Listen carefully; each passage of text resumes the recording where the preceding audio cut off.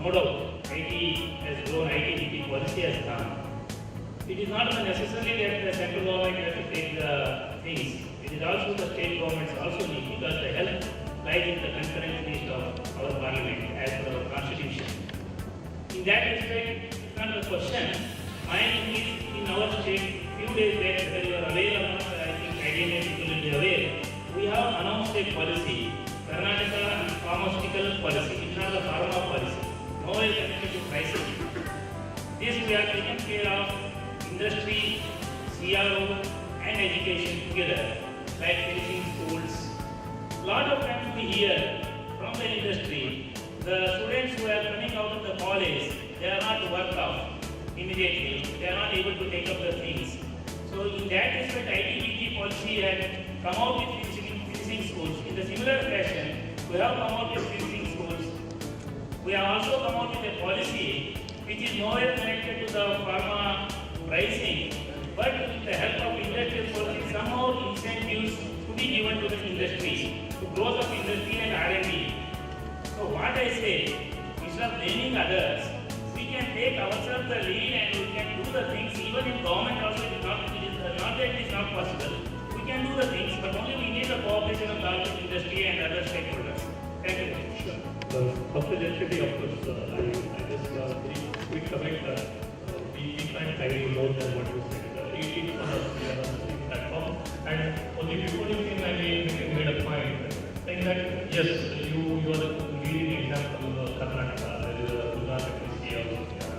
There is a need of Indian council for harmonization. If we have all states doing like Karnataka, so yes, then we can work together. Just add to that, in 2007, under the chairmanship of Mashalka Committee, of which I was also a member, we proposed the idea of CDA, Central Development, on the lines of residence. More than 6 years apart, it is actually just to the ministry. Today we don't have a minister for us. We do not have a minister of chemical technology, right? See, Sorry, but the result has to be properly. It should not go in a diversified mode.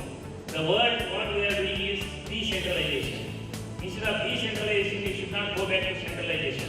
Then the people, industry, common man will be the sufferer. So whatever the CDA you are telling, if the proper things, proper assignment, taking all the states into confidence to do, definitely we can say that why USFD we should be proud of India FD, it should be like that.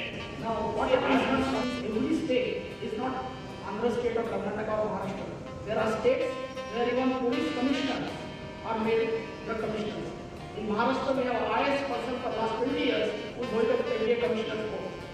There was one police commissioner in Maharashtra, which Venkatachalam, who was a police officer, he was made commissioner. When I went to see him, he was wearing a revolver here. So I was just mentioning, I didn't say anything. I didn't want any permission, I didn't want any approval, I just went in. But what I'm trying to say is the CDA was not centralizing, just to have a harmonization within the states. Why do you think these irrational combinations have come? Any state is giving any irrational combination. Suddenly somebody gets up and says 200, 300 combinations are not rational. They have to stop because permissions have been given by small entities. So that is why when it comes to new drugs, we can control manufacturing and other things. When it comes to new drugs, any new application, that has to be done with the CDA. That is the whole idea. I agree with this information, but every state is not Gujarat, every state is not Maharashtra. We have a question. So I was a deputy. I think we should restrict the audience to asking questions. I couldn't agree more. We love your comments, but we love your questions. What I just wanted to add here, what Dr. Naveen said and the other panelists members. Now the problem in India, I'm not talking about a senior level. I'm not coming on any controversial line. So sir, I want to say that there is a problem in India, which is also Indian exports, which is a common perception in the other international level, that India is finished 2 years. This is not a fact. Now just some of the analysts say about it. The problem is India is having, that is the substandard price. Now in the international level also, nobody talks about the counterfeit of 2 years. Now the latest concept has come, that is substandard and falsified. In our country, falsified product is very, very minimum. That has been proved by so many surveys. One survey was done by my earlier department 8 years ago. So my request to panelists and to all the members, try to focus on these substandard drugs, how it is coming. It's a fact. 5-6% by substandard drugs are moving in the market. So we have to be cautious about it. Sure. Any more questions? Yes, sir, we come back to you. Questions, sir? No.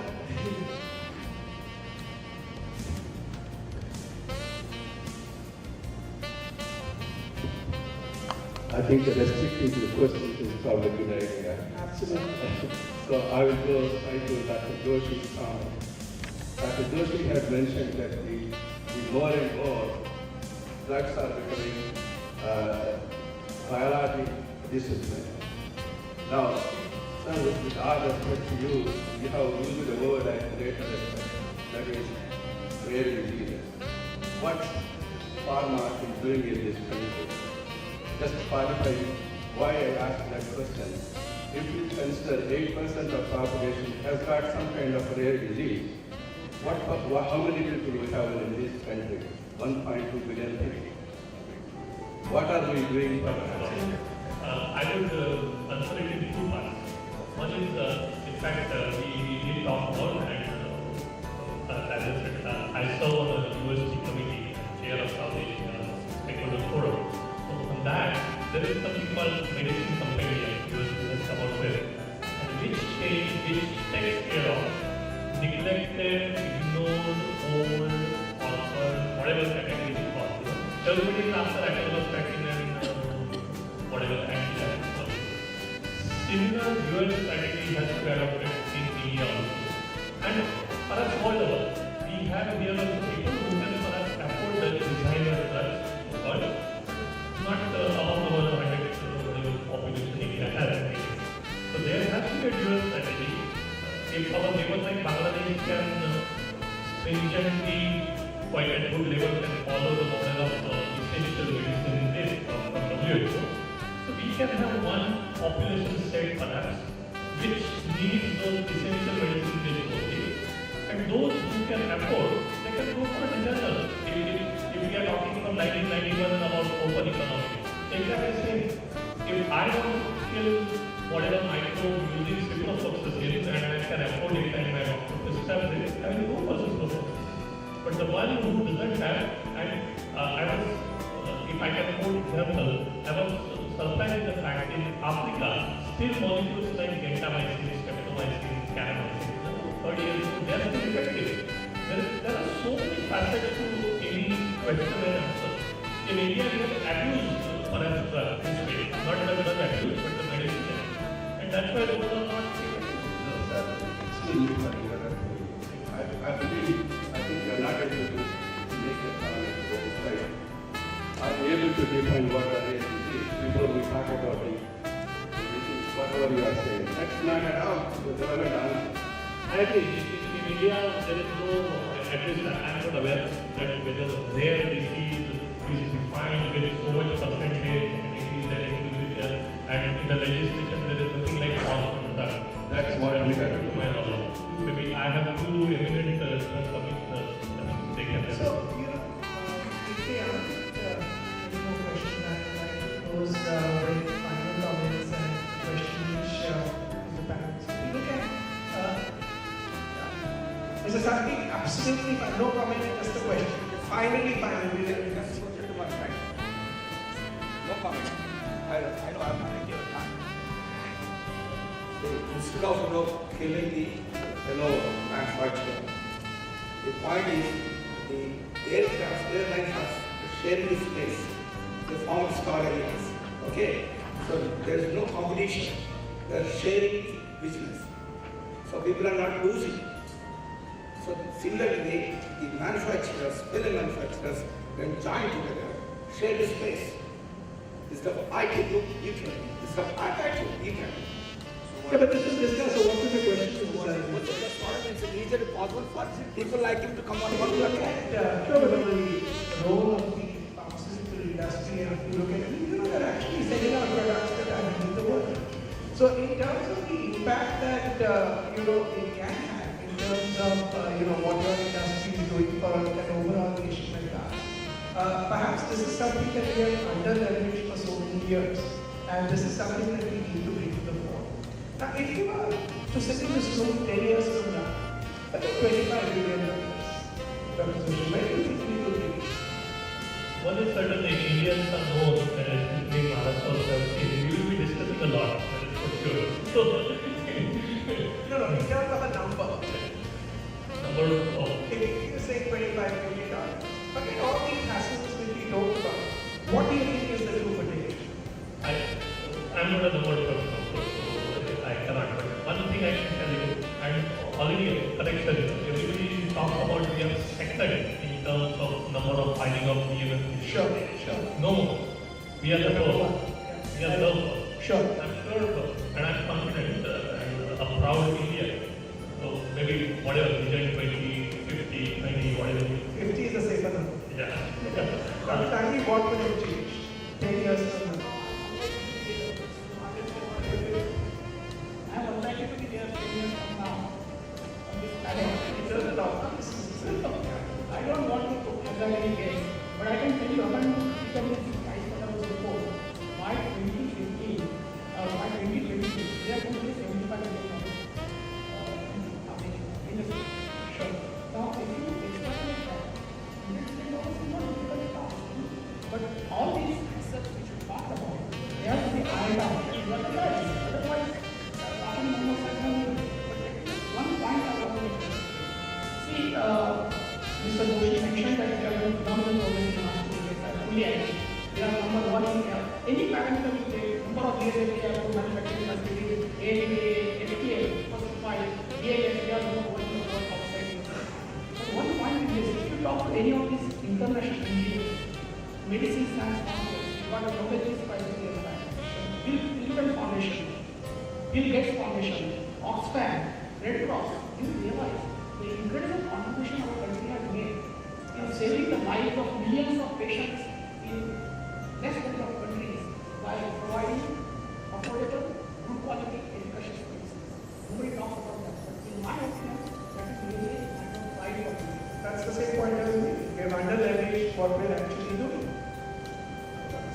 I just want to add this because I think there are some people who are looking at numbers here. My feeling is that on one hand, another factor which is improving very fast, that's where the growth will come from, is the spending on medicines in India. Because the demographics are changing, thinking is changing, people would like to want to be free of diseases or not to get burdened with diseases. So that quantum is likely to increase. That quantum is going to be almost 3 times increasing in next, let's say, 5 years. So as a result of that, if I look at India also, look at the kind of spending required. It's not necessarily that the production is increasing, but the spending pattern is also increasing. So as a result of that is matching something. So to my, as you rightly said, very clearly, born optimist as I am, we can, whatever number you say, provided there are certain hurdles, barriers, and the kind of togetherness comes in the industry. Otherwise, I have a This reminds me of the old audit reports I used to sign with the subject to. Actually, final point, we had a number of numbers being discussed here which went up to 100 billion. The question really is, if we reach 100 billion, more importantly, what will be our market share? 10 years from now. So, the 100 billion number, a quick comment, is not the simple reason the world is Not moving 100 billion, not 10 is attainable. So, the reason I say that is that the world is moving to a direction that is aligned to us. The world is moving towards lower costs. The world is moving towards world not getting younger, doing more innovations. So, we are very well positioned. We have and so forth. So, right, we must have the right capabilities to get that. Now, what percentage of share, right? My guess would be, I don't know exactly this would be, but we probably will be 25%. On that happy note, I would say that I didn't really decide on generic study, but I could find, say, Maryland, Iowa, etc., from the company's point of view. All Indian companies together they put a market share, we were the third in the world. So you can imagine. excellent. So I'm left with only the very pleasant duty of thanking my panelists for being so sporting and for youth Thank you very much.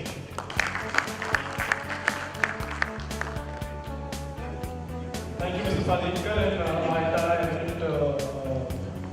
panelists. Ladies and gentlemen, I'm sure you agree with me, today has been a truly engaging discussion. And for this, we'd like to, I actually, on behalf of Iphex and Iphex and IDA, would like to express our thanks to all the dignitaries present today. I'd like to call upon Mr. Munjal again on stage, sir, and if Mr. Manish Mushi could also come up and present a memento and a debate.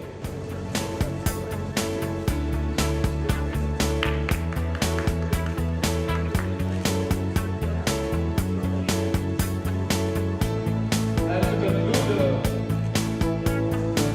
Mr. Mehta, the chairman of the Executive Committee.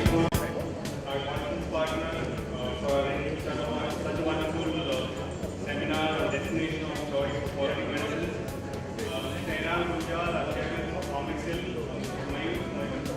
Manish Joshi, President IGMA, our moderator, Dr. Fadilkar, Dr. Milind Joshi, Dr. Ajit Dangi, Mr. Neeraj Joshi, and Dr. Raja Kumar. Also, I like to thank all the overseas delegates and the visitors who have given us tremendous support for the seminar. Thank you so much. I would ask all the panelists to please come on stage.